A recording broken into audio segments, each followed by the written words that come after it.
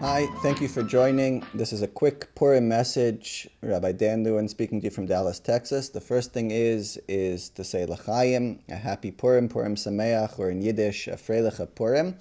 Hope everything is going well. Everyone is having a good time today.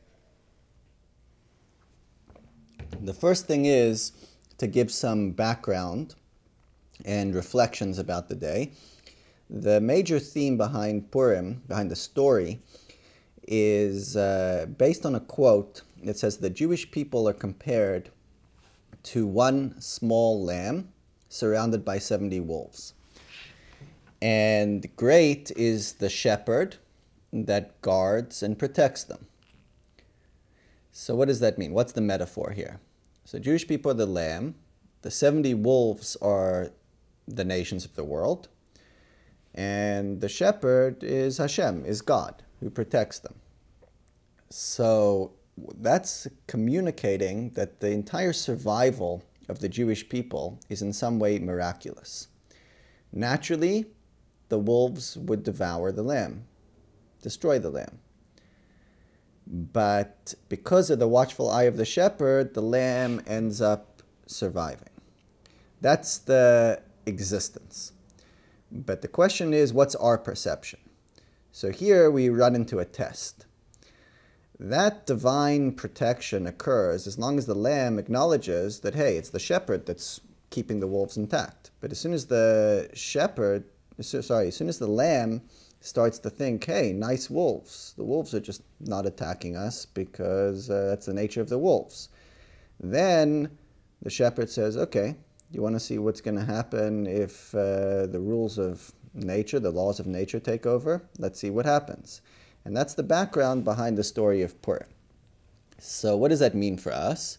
That one can look, it's very pertinent today when it comes time to Israel, when it comes time to our lives, we can look at the success or survival and say, you know what? That's just the way it is according to nature. And we can miss the protection or the extra supervision of the great shepherd. Our job is to recognize that, hey, some things in nature happen not because that's just a regular rule. The wolves don't attack. The reason why we're surviving, the reason why we're successful is not just something that's part of nature or our own doing. It's because of the watchful eye of the shepherd. That's the background behind Purim. Another idea behind Purim is the idea that it's a very physical holiday. What Purim is not is like the typical festival, day of rest, or Sabbath, the Shabbos. What do we do on Purim? It says that it's actually a mitzvah to drink to the point that you don't know the difference between blessed is Mordechai and cursed is Haman. What does that mean? A lot of drinking, l'chaim. A lot of feasting, physical celebration. So you say, what's the reason for that? Why is a celebration of this holiday like that? There are two basic reasons. We're not going to get into the details. Two basic reasons. Number one, because what we're celebrating is the fact that the bodies of the Jewish people were saved.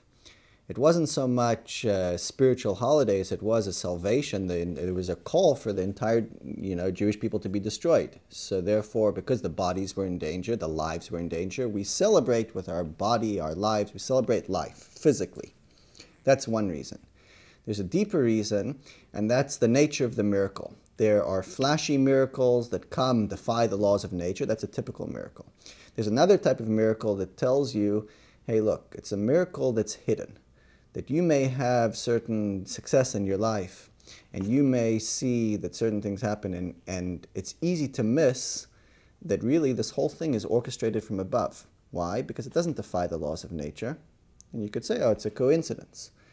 Our job is to look within nature and see nature itself is a creation. Nature itself is a system of God.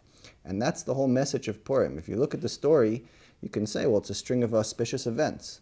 It's not necessarily a miracle like Hanukkah and other holidays, but the message of Purim is no. Even within the physical, even within the laws of nature, we have to look and say, hey, there's a deeper miracle going on here. That's the celebration for two reasons. Number one, we celebrate lives with our body.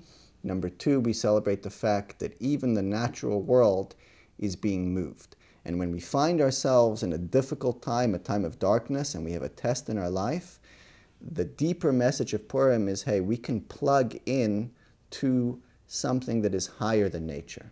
Even though it looks like we're caught in a natural situation, there's no way out. But the message of Esther and Mordechai, the whole message of Purim is, hey, wait, we're not bound by nature. There is a deeper miracle that can come and move the events of nature, and we can be saved. Whether it's on a global level or whether it's in a personal situation, that's the message of Purim. L'chaim, may this bring about all the salvation that we need, big and small, in all aspects of our life. Hope everyone is having a great day, celebrating, drinking, and I look forward to speaking with you soon. L'chaim.